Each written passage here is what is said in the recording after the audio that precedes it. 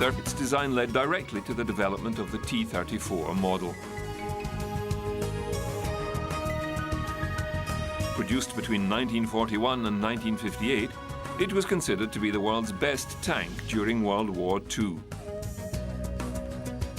Although better armor and armament would surpass this model, it was the most influential in the outcome of the Soviets' war with Nazi Germany.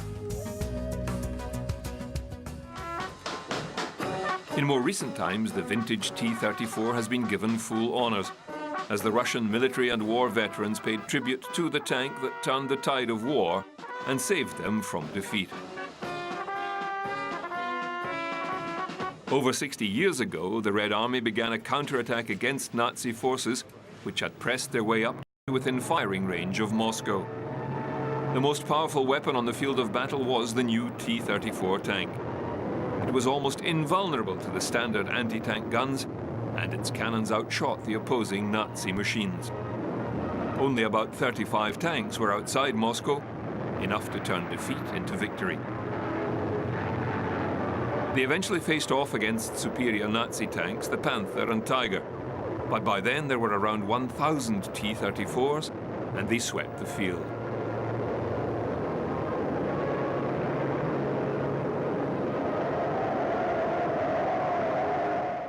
They're right to put up a monument to this tank because it played a great role in the course of the war.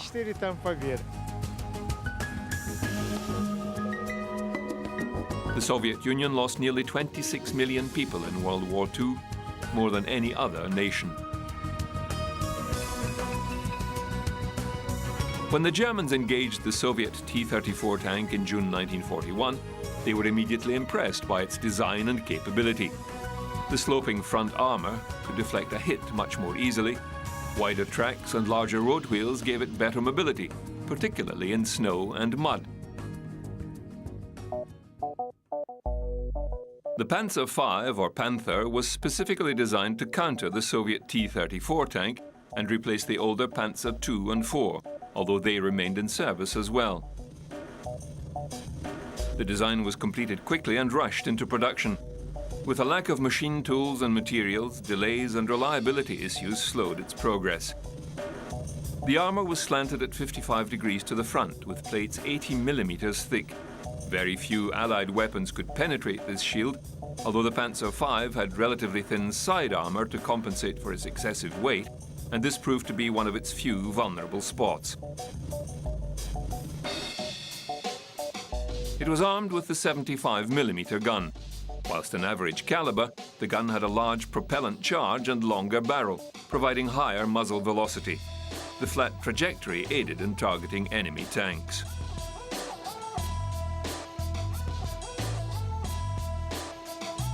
The German Tiger tank was a change in direction for German tank designers.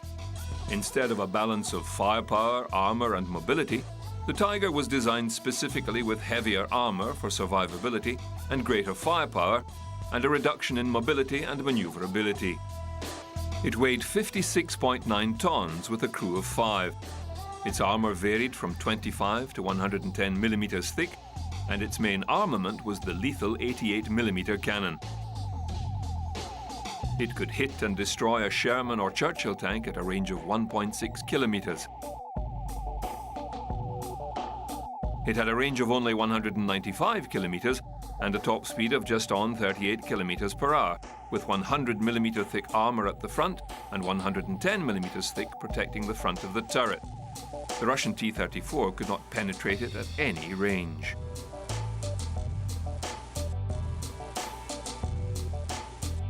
Because of its weight, the tank could not cross many bridges, so it was designed to ford rivers up to 4 meters deep with a complex snorkel and air intake system.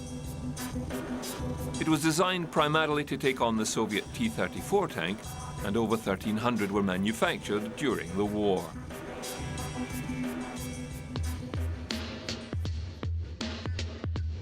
The Tiger II had several names: the Bengal Tiger, the Royal Tiger, and the King Tiger. It took the design path of the first Tiger model, but utilized the improvements of the Panther to increase its formidable performance. Its front armour varied from 150 to 180 millimeters thickness. With a deflective angle taken from the Panther, the American M4 Sherman tank could not penetrate it even at point-blank range. It weighed 69 tons with a crew of 5. It was armed with the 88mm L71 gun and capable of speeds up to 41 kilometers per hour and a range of 170 kilometers. Only 487 were built due to the ending of the war. Its one flaw, like other German tank designs, was a shot trap below the curved front turret. With relatively thin armour, a directed shot could deflect down from the turret front and pierce the chassis roof. This was countered with a new turret design with a flat face for the later models.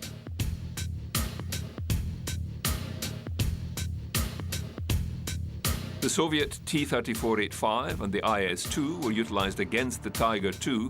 They were effective only at close range.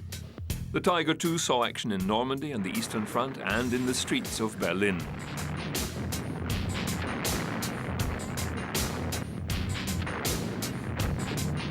The Soviets' tank design was continuously refined during the war, including the 85mm field cannon and a 3-man turret design.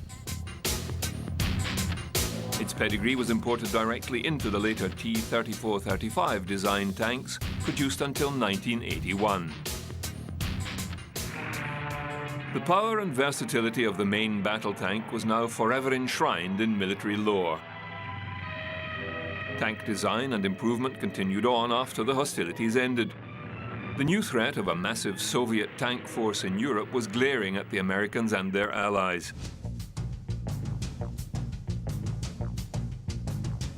The M41 Walker Bulldog never saw combat service with US forces, but was in action with South Vietnam forces. With a 76mm cannon, it fared well against its Russian opponents, although it was renowned for its high rate of fuel usage and noisy engine. To counter the massive Soviet tank forces in Europe, the M48 Patton was put into service. It had a computer fire control system, the most advanced at the time. However, this was set up for mid to long range engagements, as would be found in the European battlefield against Russian tanks. When it was put into service in Vietnam, this proved a hindrance, as most engagements were close combat in dense foliage. A highly trained and well-equipped North Korean army swarmed across the 38th parallel to attack unprepared South Korean defenders. Caught off guard, they were all but overwhelmed until the United As a stopgap at the beginning of the Korean War, several M4 Sherman tanks were modified and sent from Japan to the 89th Tank Battalion. The fast-moving tank fared well against the North Korean Russian tanks. These upgraded M4s were replaced with the M26 Pershing.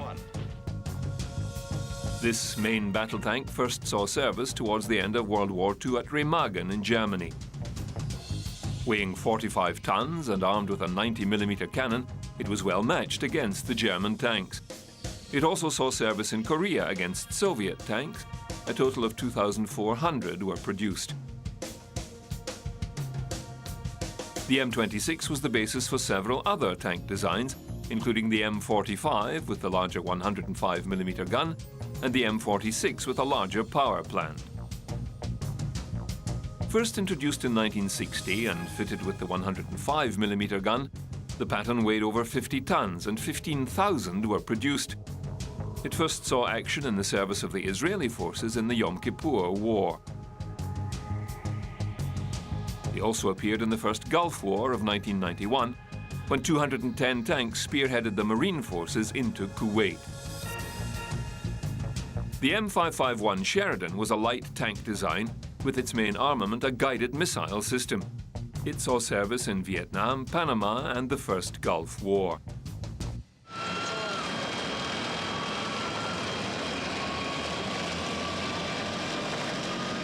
The M1 Abrams tank was put into production in 1980. It was powered with a 1,500 horsepower turbine engine and had a top speed of 45 miles per hour and a crew of 4. First seeing action in the Gulf War, the Abrams beat every Iraqi armored division it encountered.